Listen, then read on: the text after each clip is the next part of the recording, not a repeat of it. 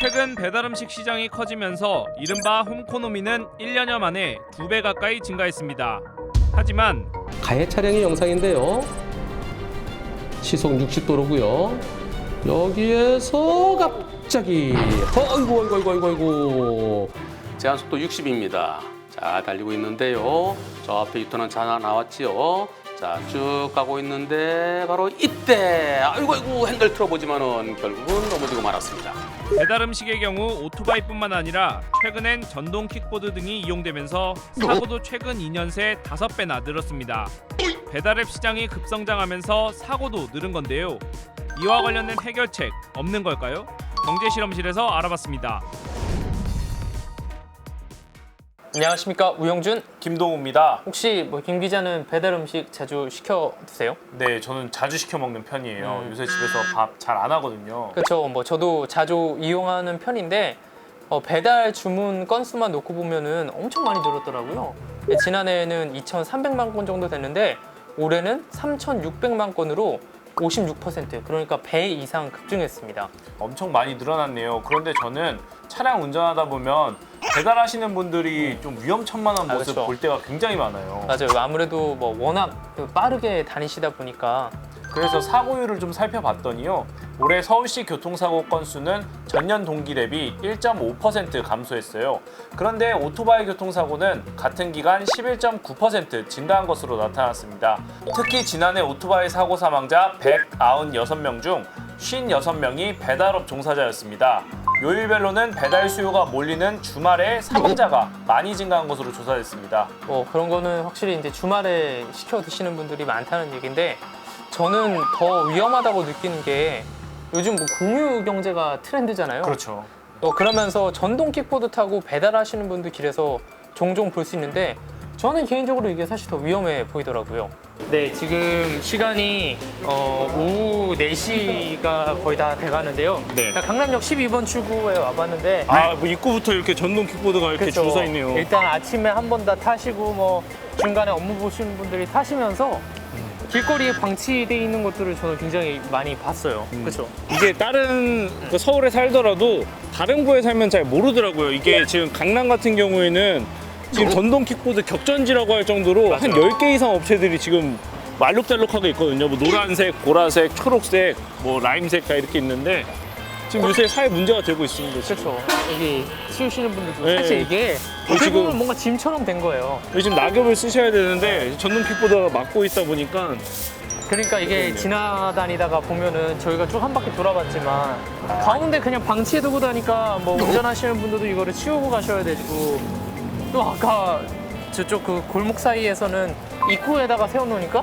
그거를 따로 치우고 가야 되는 이런 불편함들도 되게 많은 것 같아요. 주차장을 막고 있기도 하고요. 그리고 여기 김동우 기자가 헬멧도 이렇게 잘 썼지만 헬멧 안 쓰시는 분들 대부분 이거 헬멧 들고 다니시는 분들이 있겠습니까? 사실.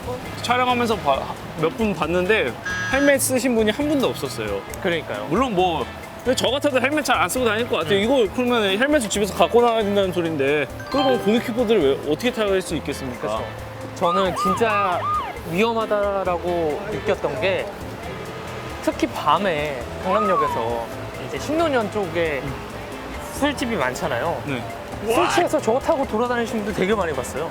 그거 위법 아닌가요? 그렇죠. 이제 현행법상으로는 이것도 일종의 차로보기 때문에 일단 사고 나면은 똑같이 처벌 받을 수밖에 없거든요. 음주운전으로 걸릴 수도 있고. 근데 사실상 이제 단속을 경찰이 하기가 거기까지는 쉽지 않죠.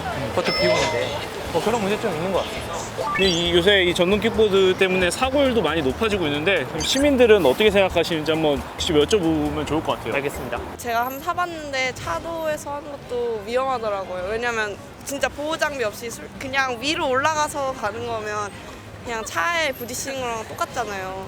근데 솔직히 인도에서도 하는 게 너무 위험한데 애들이 언제 튀어나올지도 모르고 속도가 바로 줄여지는 것도 아니니까. 근데 또 이걸 자체를 제한하는 것도 좀 이미 너무 활성화돼 있어서 그래서 아예 법적으로 조치를 취해줘야 되지 않을까. 너무 유행하니까. 논현역 지나갈 때 사람들 많은데 길 좁은데 거기로 빨리 가가지고 몇 번 부딪힐 뻔한 적이 있거든요. 그냥 자전거 도로랑 똑같이 다니면 될 것 같은데 사람들이 다니는데 옆에서 해가지고 필요한가? 잘 모르겠어요. 단속이 필요해 보이기는 한데 사실상 도로가 아니라 인도에서도 막 다니시고 하니까 경찰이 단속하기가 어렵죠. 그래서 어느 정도 규제가 필요하다는 지적도 나옵니다. 새로운 우리 보조 교통 수단으로서 우리 전동 킥보드가 정착할 수 있는 그런 저작권 과도기죠. 야간 같은 경우는 뭐 헬멧까지 안 쓰고 시야가 더 낮보다는 더 제약이 되는 상황에 배달 같은 경우도 이제 뭐 골목골목 빠르게 좀 다니다 보면 사고 위험성도 높고, 조지아주 애틀란타 같은 경우에는 오히려 이제 24시간 운영을 하다가 너무 위험하다 해가지고 오히려 이제 오후 9시부터 다음날 새벽 4시까지는 이제 운행을 하지 않게 최근에 이제 법을 바꿨어요. 그래서 이런 분위기로 가고 있는데 오히려 우리나라는 거꾸로 가고 있죠. 오히려 점점 더 확대를 하고 있고. 한 보험사 조사 결과 지난 2016년 49건이었던 전동 킥보드 교통사고는 지난해에는 258건으로 5배나 급증했습니다. 이 가운데 2명이 사망하고 12명이 중상해를 입은 것으로 나타났는데요. 저는 이 전동 킥보드는 어느 정도 규제가 필요하다고 봐요.